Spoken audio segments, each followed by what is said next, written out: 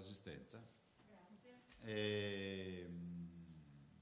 E un saluto a tutti quelli che sono collegati nelle dirette. E passerei subito a presentarvi i dati, come ormai è abitudine e consuetudine, del trend dell'andamento della partita sanitaria e dopo alcune comunicazioni. Scusate, devo leggere, mi ha lasciato.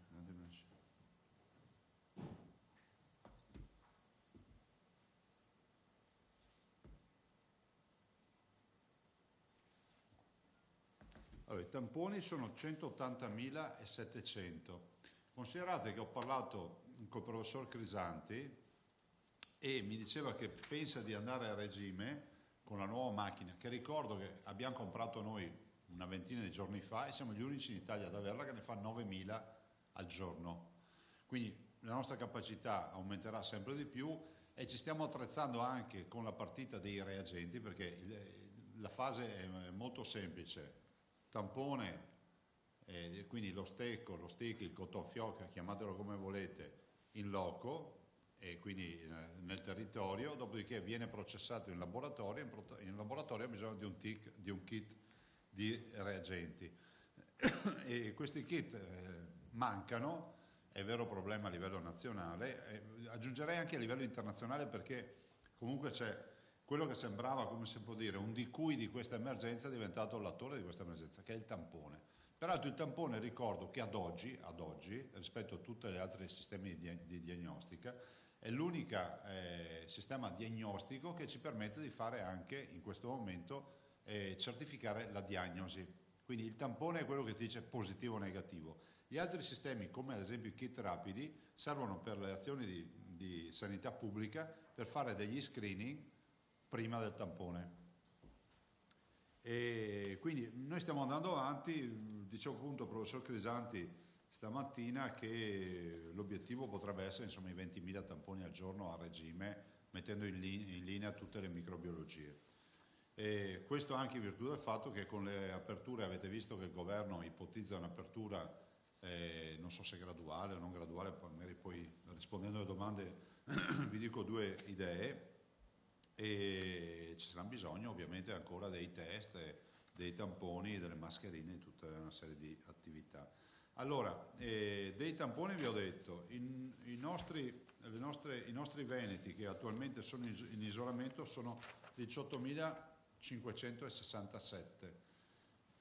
Questo è sempre l'esito dell'attività che noi abbiamo fatto dal primo giorno. Vi ricordo, 21 febbraio abbiamo iniziato con i tamponi. Pensate che dopo 4 giorni avevamo già fatto 6.000 tamponi in Veneto, quindi per noi il tampone è sempre stato molto familiare.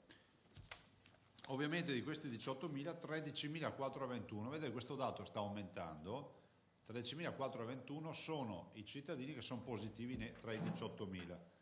E perché? Perché aumenta? Perché abbiamo un magazzino di tamponi fatti ma ancora da processare, che man mano, per dire, stanotte ne hanno fatti, o ieri sera, tra stanotte e ieri, o ieri nella giornata, 3.000 di quelli di magazzino, per cui è inevitabile che appunto il numero dei positivi aumenti. I ricoverati in questo momento sono 1.778,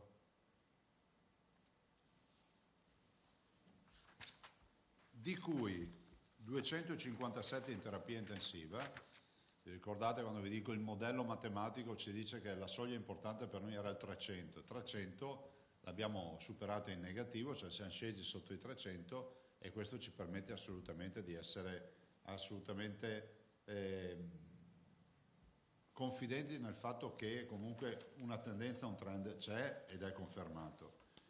I dimessi sono 1525, il che ci dice che noi fino ad oggi abbiamo curato circa 3400 persone in ospedale. Se sommati i dimessi agli attuali ricoverati e alle terapie intensive, viene fuori questo dato. I morti purtroppo sono 713, che se sommati 798 ormai siamo 793, ormai siamo verso gli 800 morti. Perché 793 e non 713? Perché questi sono le persone che hanno perso la vita in ospedale.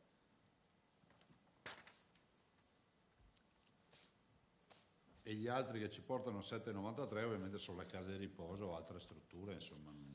I nati sono 94 e fine settimana porta bene. Bene, detto questo vi dico due osservazioni. Beh, intanto la partita, sì, ce l'ho qui. Ieri mi avete chiesto, poi vi farò consegnare le tabelle, ringrazio Carlo per aver coordinato tutto questo lavoro e giustamente tutti ci chiediamo, i dipendenti degli ospedali e i medici di base sono al fronte, no? E giustamente alla luce di dibattiti inevitabili che partiranno sia sotto profilo sociale che magari anche penale o civilistico, quello che sarà, ognuno dice ma quanti sono? Bene, noi vi ho fatto fare delle tabelle che sono ovviamente una foto di stamattina, cioè se voi mi chiedete quanti medici hanno fatto il tampone negli ospedali, il 65,42%, su 9.780, non scrivetevi questi dati, ve li diamo tutti, su 9.787 medici, 6.400 hanno fatto il tampone. Quanti sono i positivi? 127, cioè sono l'1,3%.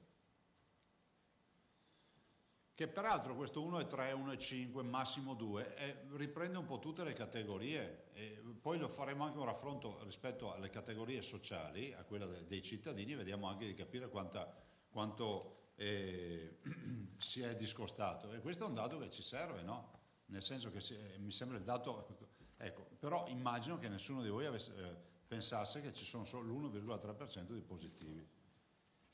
Tra i medici di medicina generale sono l'1,4% di positivi e sono fatti il 64% di tamponi. Immagino che a volta di lunedì e martedì vi diamo il dato definitivo sul 100% di tamponi. Poi abbiamo gli infermieri, 66% di tamponi, sono 1,69, che in numero assoluto per cento. In numero assoluto 413 persone su 24.420 infermieri però. Quindi l'invito che vi faccio presentando queste tabelle che sono chiarissime e Carlo le ha rese ancora più chiare, di ricordare sempre qual è il numero assoluto perché 413 è un grande numero, ma se poi andiamo a vedere la percentuale ci dice 1,60 quello che è, perché? Perché sono 24.400 gli infermieri. Lo dico perché è giusto parlare con i numeri, perché se diamo una descrizione di lebbrosario è giusto che i cittadini sappiano se c'è o non c'è. Ad oggi i medici positivi su 65% di tamponi sono esattamente l'1,30%, 127 medici su 9.787.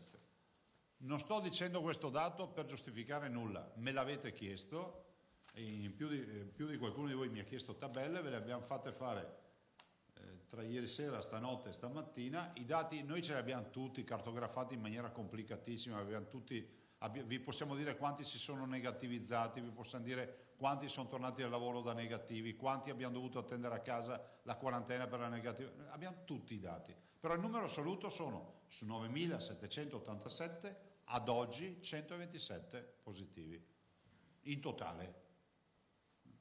Chi era positivo al tampone? Spero che ne facciate buon uso di queste tabelle e Carlo poi le consegniamo a tutti, no? Bene, grazie. Rispetto alle donazioni vi voglio dire semplicemente che si sta procedendo, ringrazio tutti quelli che hanno donato e ringrazio in particolar modo quelli che stanno decidendo di donare, visto e considerato che ormai siamo a 30.528 persone che hanno donato in Veneto e vi dico solo che queste persone rappresentano i primi 32 milioni, dopodiché abbiamo altri donatori che stiamo mettendo in fila che ormai raggiungono i 12 milioni di euro, quindi 32 più 12 fa 44 milioni di euro raccolti. Penso che i veneti abbiano dimostrato fino in fondo tenacia e condivisione di questa sfida. Considerate che stiamo preparando, ormai è quasi ultimata, una tabella che vi darò anche con tutti i prodotti che sono stati donati. Ringrazio tutti perché c'è da chi ha mandato vino per i nostri medici e infermieri e tutte le categorie. Vorrei ricordare una categoria, qualcuno ogni tanto me lo scrive, Ed è vero, cioè in ospedale ci sono anche le signore delle pulizie, le imprese delle pulizie, coloro che si occupano della sanificazione. Ricordiamole queste categorie, no? Ricordiamole perché al fronte ci sono tante categorie. C'è chi ha la responsabilità della terapia intensiva, che ha la massima responsabilità, ma poi la squadra della sanità del Veneto è data da tutti, da una serie di lavoratori che spesso non si ricordano, per cui penso sia corretto ricordarli. Guarda, ci ha mandato un sacco di robe, ringrazio Melegatti per le colombe che ha mandato, per le colombe che ne ha mandate? 100? 190. E Loison, altra ditta veneta che fa dolci, colombe, focacce, eccetera. Cantina di Nonna Piera di Lovadini Espresiano che ha mandato anche lei, hanno mandato anche loro del vino, del prosecco. Sì, Hausbrand che ha mandato le macchinette del caffè, ne abbiamo tanti, faremo una lista, ve la consegniamo dopo, è impossibile citarli tutti. C'è stato donato un uovo di 10 kg, allora io ho detto da subito doniamolo a qualcuno, però poi ho pensato, dobbiamo fare un po' gli imprenditori su sta roba, quindi il numero della mia segreteria è 041 279 2863, 041 279 2863, 041 279 2863. Beh, se lo dico 100 volte lo ricordano tutti a memoria. Allora ho pensato, 10 kg di uovo non è roba da tutti i giorni, ci sarà un cittadino, un imprenditore che vuole aggiudicarselo, facciamo una piccola asta veloce, dopo mi arriverà anche a finanza, non so cosa succede, però facciamo una piccola asta. Ho pensato che io lo volevo dare a una comunità, volevamo darlo a una comunità di disabili, insomma una comunità che lo possa anche consumare, 10 kg sono tanti, è alto come me, è circa 1,80 m. Però ho pensato, se ci creiamo una leva, ne potremo incassare per comprarne 10 uova e allora gli diamo i soldi a una comunità e quindi facciamo in modo che questo uovo produca risorse per chi ha bisogno di cibo. Fra l'altro abbiamo anche grosse donazioni di pasta, ma ve lo dirò i prossimi giorni. E quindi se chiamate lo 041 279 2863 anche dopo Pasqua, che qualcuno non abbia la scusa di dire che Pasqua è passata, anche dopo Pasqua, perché l'uovo non va di male. Non va a male, lo teniamo qui, su 10 kg di cioccolata, ve la giudicate e fate una buona azione. Spero che le offerte siano alte. Beh, base di partenza un uovo così, quanto costerà? C'è una base di partenza, partiamo da 100 euro direi, minimo 100 euro. Sì, uno quando offre deve pensare di fare un affare, poi dopo si fa prendere la foga di comprare. E ultima roba, c'ho Alessandra di 10 anni che vi ho detto, mi sono preso questo impegno con i bimbi, no? Ogni giorno ne leggo una. Io mi chiamo Alessandra e ho 10 anni, indirizzata a me, e ho una sorella di nome Maria Grazia e ha 14 anni. Poi ho un fratellino di nome Francesco che ha 11 anni. Il 6 aprile 2020 il nostro papà ci ha fatto 2 proposte. La prima è, visto che si avvicina Pasqua, ci vuole dare un budget di soldi per l'uovo di Pasqua. E la seconda è di donare i soldi dell'uovo di Pasqua alla Protezione Civile. Chiara, no? Noi ci abbiamo pensato e abbiamo detto che era meglio donare i soldi alla Protezione Civile del Veneto per consentire di avere mascherine a sufficienza e respiratori. Per caso puoi salutare me, Alessandra, Francesco, Maria Grazia in conferenza stampa, li abbiamo salutati e quindi ringrazio questi ragazzi, bambini, ragazzi e vi dico che hanno donato 300 euro. Quindi vedete, i uovi di Pasqua noi li vendiamo veramente a poco. E quindi grazie a questi ragazzi che hanno questi bambini che hanno deciso di donare e questi sono 300 euro e che ovviamente vengono girati alla battaglia per il coronavirus, quindi grazie di cuore. Poi i prossimi giorni ho anche bei disegni da farvi vedere. Passo la parola a voi per le domande, ragazzi. Posso, Presidente? Prego. Buongiorno, tocco un tasto un po' dolente, volevo parlare insomma dell'accadimento che abbiamo vissuto ieri purtroppo a Schiavonia. I vigili hanno sanzionato in presidio alcuni sindaci del territorio, volevo sentire insomma la sua. Guarda, io ho letto le agenzie, non ne so nulla di sta roba. E devo essere sincero, non ho neanche chiamato da nessuna parte, nel senso che cioè, ieri, fra l'altro, per noi è stata una giornata abbastanza traumatica. Ho visto le telefonate e i messaggi stamattina, quelli di ieri, fate un po' voi. Non so neanche quale sia stato il contesto, le motivazioni, punto. Allora, il presidio, insomma, per chiedere chiarezza su, insomma, la sanità in questo momento. Ma guardate, dati e chiarezza li dico tutti i giorni. Allora, c'è dubbio che Schiavonia resti chiuso alla popolazione? No, l'ho sempre detto. C'è qualcuno di voi che ha sentito dire il contrario? Ho sempre detto anche cosa? Sarà questione di qualche mese. C'è qualcuno di voi che non l'ha sentita sta frase? E siete in tanti qua giornalisti. Sì, cioè, no, fate la pubblicità adesso, la stampa dice le cose vere, non le fake, no? Siete qua. Se ringrazi Dio che questa amministrazione ha avuto il coraggio di fare delle scelte controcorrente, di dedicare degli ospedali ad essere, istituire dei Covid center, no? Schiavonia, ma non c'è solo Schiavonia, c'è Sant'Orso che può dire la sua giustamente, c'è Vittorio Veneto, che peraltro è un centro di riferimento internazionale per il cancro della laringe, quindi abbiamo un sacco di persone da operare. E vi sto dicendo tutti gli ospedali, fra l'altro, con punto nascita. Poi c'è San Camillo a Treviso, c'è Villa Salus a Mestre, c'è Dolo, c'è Jesolo, c'è Villafranca. Questi sono i Covid center. L'abbiamo fatto per fare in modo di garantire, di curare gli oltre 3.400 pazienti coronavirus. 3.300? 300 è Belluno, scusate, ma a Belluno non abbiamo chiuso l'ospedale, abbiamo preso un'area dell'ospedale. E per fare questa scelta perché? Perché questo ci ha permesso di curare mediamente 9.000 persone al giorno non coronavirus. Cioè, noi abbiamo fatto una scelta di campo e siamo riusciti a venirne fuori, ne stiamo venendo fuori, toccando ferro assolutamente in maniera positiva rispetto ai trend e alle proiezioni che avevamo. Punto. Allora, se poi qualcuno protesta perché vuol chiedere di più di quello che aveva prima è un'altra roba. Ma se la protesta è perché non ti fidi di quello che dice il Presidente della Regione, devo prendere atto, cosa volete che vi dica? Ma secondo voi c'è un amministratore sulla faccia della terra che si diverte a chiudere l'ospedale? Cioè, se me lo spiegate. Fra l'altro Schiavonia vorrei ricordare che è un ospedale nuovo. Cioè non stiamo neanche parlando di un ospedale che uno gli viene il dubbio, cavoli, adesso si inventano il coronavirus. Poi posso dire, queste qua sono robe da bar, pensare che ci siano, cioè da retropensiero, pensare che uno chiuda un ospedale approfittando del coronavirus. Non è un ospedale vecchio, no? Cioè, a Vittorio Veneto potrebbero pensare che chiudiamo l'ospedale che è a 10 km da Conegliano. Io sti qua con la storia del coronavirus fanno un ospedale unico. Loro potrebbero agitarsi molto di più, ma figuratevi voi. Gli ospedali tornano più belli di prima, punto. Non fatemelo dire più però.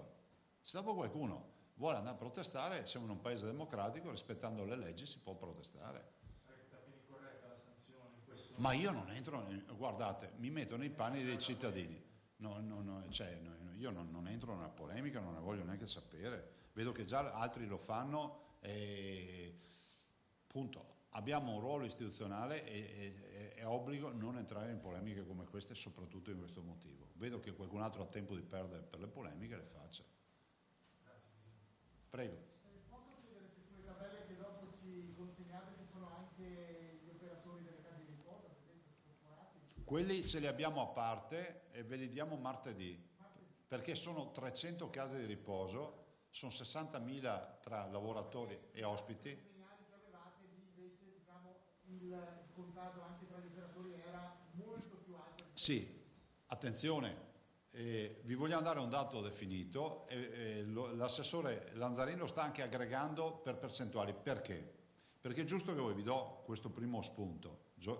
Secondo me per la comunicazione è giusto. Cioè il primo aspetto qual è? È quello di dire, dividiamole anche per classe di percentuale di contagiati. Quante case di riposo hanno contagiati sotto il 5%? Sulle 300 case di riposo, dal 5 al 10, dal 10 al 15, in modo tale che capite anche cosa. Perché se vi do il tabellone dopo voi non riuscite a dire le fuori dati. Almeno dite, guardate, metà delle case di riposo del Veneto ha meno del 10% di contagiati. Perché abbiamo delle case di riposo dove il virus l'hanno visto poco o niente. E questo... Sì, martedì dovrebbe, anche per darvi il dato totale su tutte le case di riposo. Spero per martedì. Guardate, oggi salutando i direttori generali e facendo gli auguri, io ho detto guardate che i tamponi non fanno Pasqua. Quindi hanno capito che devono continuare a fare tamponi.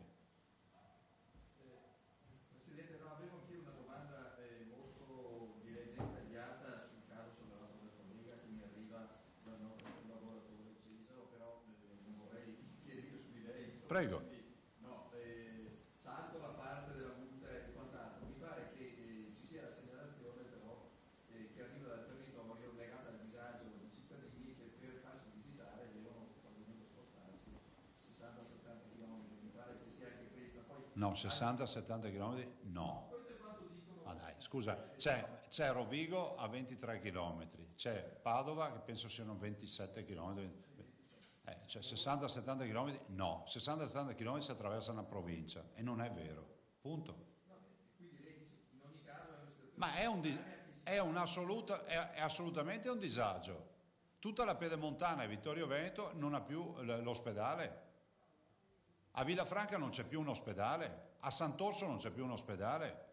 Sant'Orso ha mantenuto il punto nascita aperto. Peraltro ve l'abbiamo detto una settimana fa che stiamo provvedendo a pensare a una riapertura lenta e a una ricolonizzazione degli ospedali dopo averli sanificati per tornare all'ordinarietà. Ragazzi, sono passati 50 giorni, non sono passati 50 mesi, 50 giorni. No, ve lo voglio dire perché chi ci ascolta da casa pensa che stiamo parlando di roba accaduta qualche anno fa, 50 giorni. Nel frattempo abbiamo avuto 800 morti e 3.400 persone in ospedale.